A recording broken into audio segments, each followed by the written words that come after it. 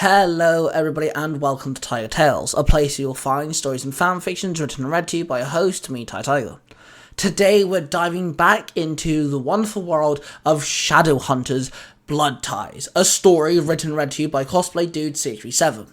Let me explain a few things real quick. Cosplay Dude 637 has a podcast called Storytime with Cosplay Dude 637, a place where you'll find a lot of his stories and fanfictions that he turned into audio dramas. Basically what we're doing here on Tiger Tales.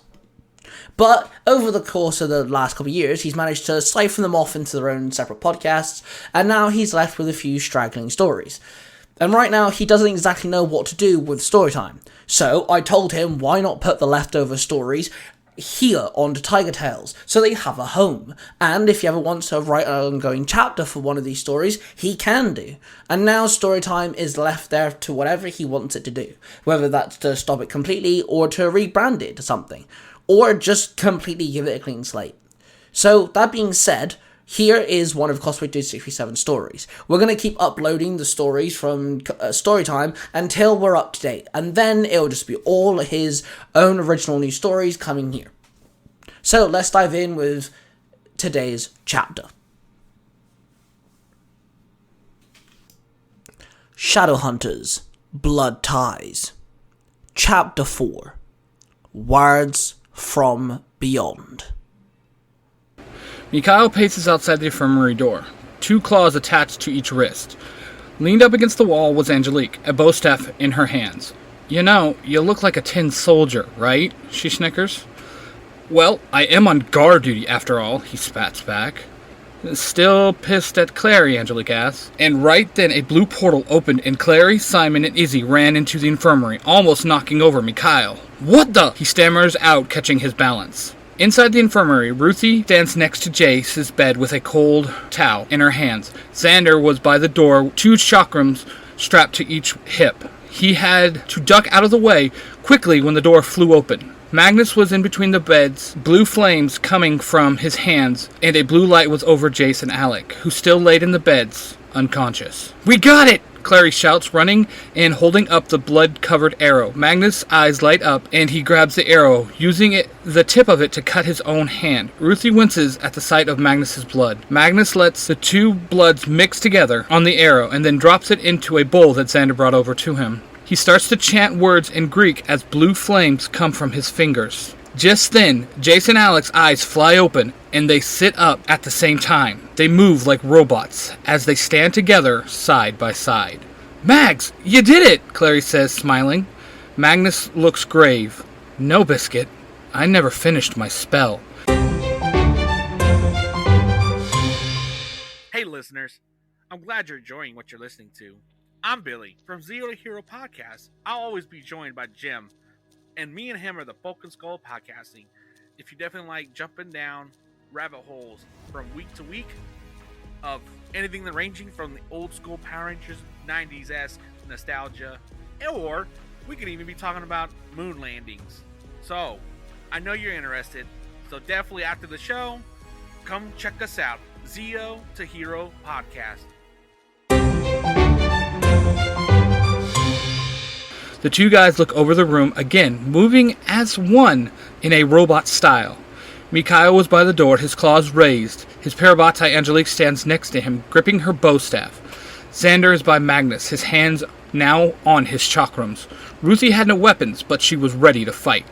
Clary, Simon, and Izzy were at the foot of the beds, looking at the guys. "What a motley crew of friends you have, Magnus," Jace says, but not in his voice, but in the voice of Sinra. "By the angel," Izzy says, covering her mouth. "No, sweetie, no angels here," Jace says with a evil smile. "Sinra, what do you want?" Simon snaps, seeing as everyone was too shocked to speak. "Oh, little sidekick, don't worry," Jace says. "I say again, what do you want?" Simon asks once again. "I want you to shut your mouth, little sidekick.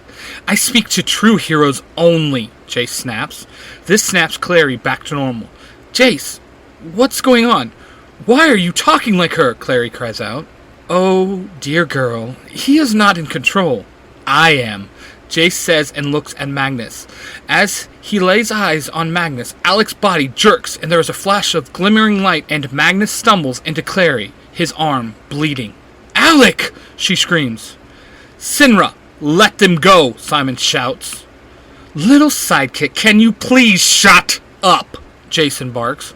"Why do you keep calling him that?" Izzy asks, color finally returning to her. "That's what he is. He's Clary's little sidekick, going everywhere she goes, doing whatever he needs," Jace says. Simon gives a huff. Jace's eyes fall to Simon, and in a blink of an eye, Alec punches Simon and sends him flying into the back wall next to the window. "Stop this," Magnus slowly says, getting to his feet. "Soon I will be done, brother," Jace says as his face twitches like saying the words hurt. "You see that?" Izzy whispers to Clary. Meanwhile, Simon has gotten to his feet and is staring out the window. "I'll be damned," Simon says. Alec has attacked Ruthie, and she is using a bedpan to fight him off. "Alec, stop!" Magnus shouts. Alec continues his attack, not hearing Magnus's words. Ruthie spin kicks Alec, and he drops to the floor. Xander jumps onto Alec, holding one of his chakrams at Alec's throat. "No!" Magnus cries. "Soon, brother, our family will be together. Me, you, father, and our dear uncle," Jace says and places a dagger at his own throat. "No, please, no!" Clary cries out, tears running down her face. "Hey, Sinra!" Simon shouts. Everyone turns to look at him. He was standing by the window, his bow raised, an arrow ready to fire out, a huge grin on his face as he looked down at the ground below. "Sidekick this, bitch!" he says and lets the arrow fly. There is a sound of a thud, a female voice crying out in pain, then the sound of a portal opening, and then Jace falls to his knees. "Kid, get off me! I am your consul," Alex says, looking up at Xander. This brought everyone back. "Huh? What?" Xander says, looking down at Alec. His eyes go huge and he jumps off Alec. "Sir, I am so sorry." "Can we not be so loud? My head is splitting like if I was listening to Simon's old band," Jason says. Clary runs over to him and hugs him. "Watch it, bro. He did just save your life. Twice. No sidekick could do that," Izzy says and walks over, kissing her husband. Prepare for adventure like you've never experienced before.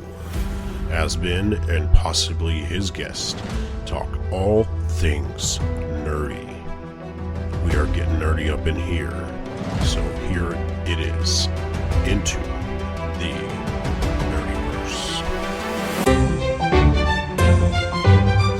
After Clary and Jace send the new recruits on patrol, the rest of them meet up in the war room. Jace and Alec looked weak, as if they had all the energy pulled out of them. Magnus was white-faced and looked very confused. Clary helped Jace walk into the room as Izzy helped Alec. It was only Simon who walked into the room looking pleased with himself. "Okay, can someone please tell me what just happened?" Jace asked, stumbling into a chair. Clary sits next to him. "I just saved your ass. Oh, and Alex too," Simon says with an ear-to-ear grin. "Yes, babe, we know, you're great, but I think the bigger question is, what did she want?" Izzy asks. "To hurt me," Magnus says, laying his head on Alec. "That's not all," Simon says. Everyone turns and looks at him with dumbfounded looks on their faces. "She told us soon their family would be complete. Their dad and uncle would be free," Simon adds. "Okay, I know Asmodeus, but what is this uncle she was talking about?" Izzy asks. Magnus sighs. "He's not actually family," he says with a heavy sigh. "Okay, what? Who is he? I've never read any brother of Asmodeus," Jason snaps. "You all know him. Very well. He is the Morning Star," Magnus explains.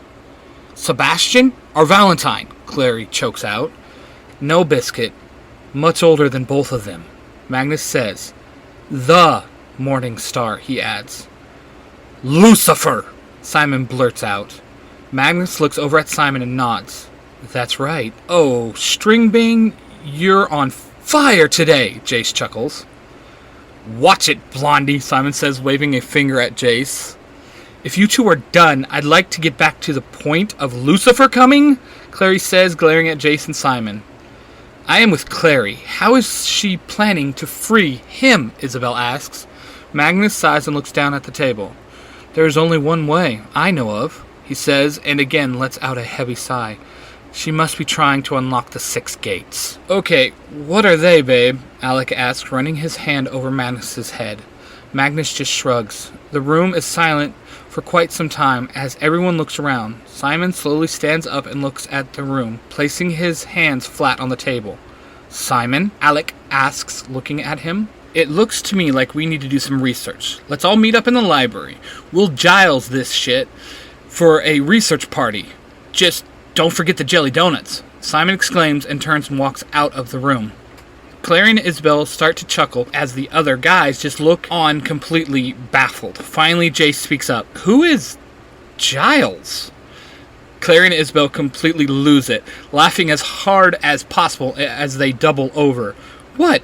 What did I say? Jace demands. It's from a TV show, Clary says in between laughing. It's called Buffy the Vampire Slayer, Isabel adds, and starts to laugh even harder. Jace. Blonde. B. Buffy? She stammers out, laughing so hard she has tears running down her face. Jace's face goes red as he storms out of the room, muttering, Damn mundane television. Magnus and Alex exchange looks, and blue fire shoots out into the table, and a plate of jelly donuts appears. Clary and Isabel falls to the ground, laughing harder. Magnus snorts. My magic is not that funny, he states, and picks up the plate and walks out, Alec trailing quickly behind him, leaving the 2 girls in a fit of laughter on the floor in the war room. Once the 2 girls finally make their way to the library, a few of the tables are already covered with books. Alec and Magnus sit at one of them eating the donuts. Simon was sitting at the only desk with a computer. He looked up as they entered. Cordelia! Willow! How nice of you to join us, he says in his best British accent. The 2 girls exchange looks and smile. You're Cordelia, Clary says with a giggle. Then that makes you the lesbian Willow, Isabel says with a smile and a wink. And you're just my type, baby, Clary says, pulling Isabel into a hug. Magnus and Alex clear their throats at the same time, and the 2 girls split apart and giggle more. Sorry, not making fun of you guys, Clary says, and looks over the room, really taking it in. Where is Jace? She asks. Don't know. It was just Mags and Alex that showed up, Simon answered. I better go find him, Clary says, and turns and heads out the door. You must tell him about our love, Willow, Isabel says as Clary walks out. Clary makes her way down the main hallway of the Institute looking for Jace. As she winds the east hallway, she can hear the sound of something hitting the punching bag. That would be one of the 3 places she could find Jace, ever.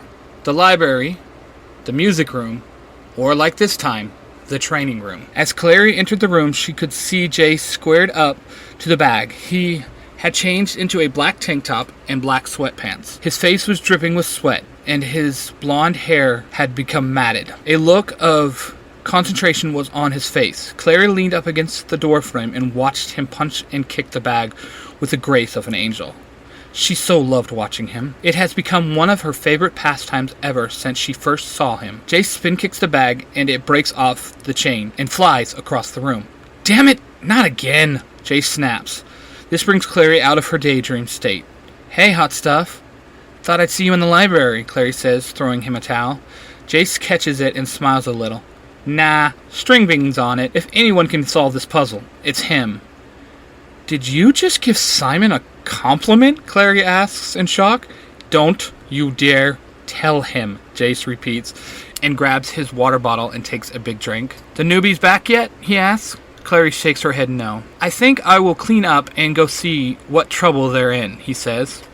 Want some company? Clary asks with a smile. Nah, they're newbies. I think I can handle them, he replies. I was meaning with the cleanup part. Clary shoots him a seductive look. Jason smiles big.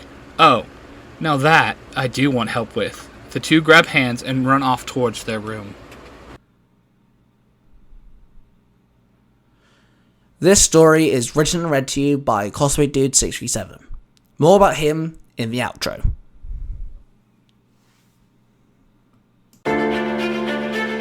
This podcast is a production of the 3 Ranger Bros Studios. in association with Zero to Hero, the podcast. And there we have it, guys. Thank you very much for listening to this story.